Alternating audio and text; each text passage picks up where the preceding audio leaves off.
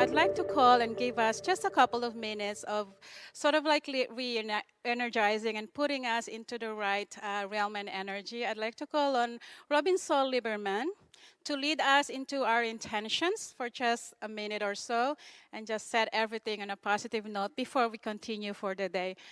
Sol is the CEO of the Charisma Code and True Charisma, and she is very much attuned into setting very positive intentions for any event that we're having. So without much ado, Robin, thank you.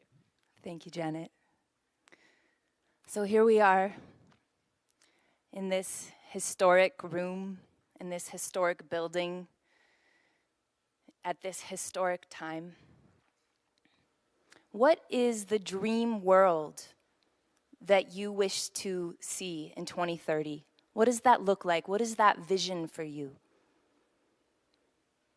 I know for me, when I go inside, a lot of times things come up around what can get in the way of that. And all of us probably in this room have had a dream at one point or another, since we were a little kid, that we wanted to be part of the change in this planet.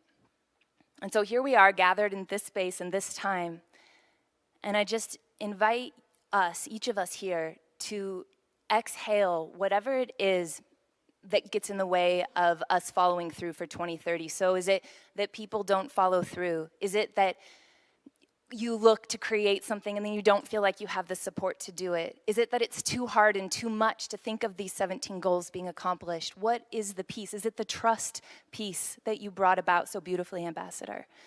What is that piece? And just on an exhale,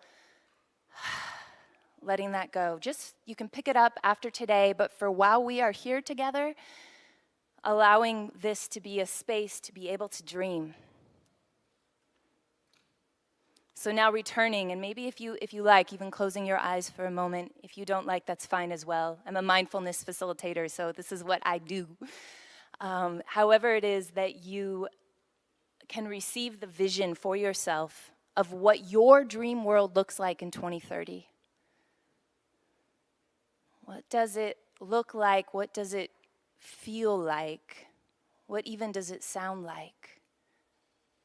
How are people treating each other?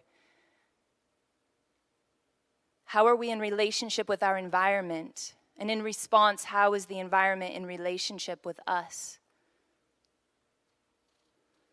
And now imagining that you are a radio antenna. Imagine that you can have frequency waves, like little song waves of your dream into this space.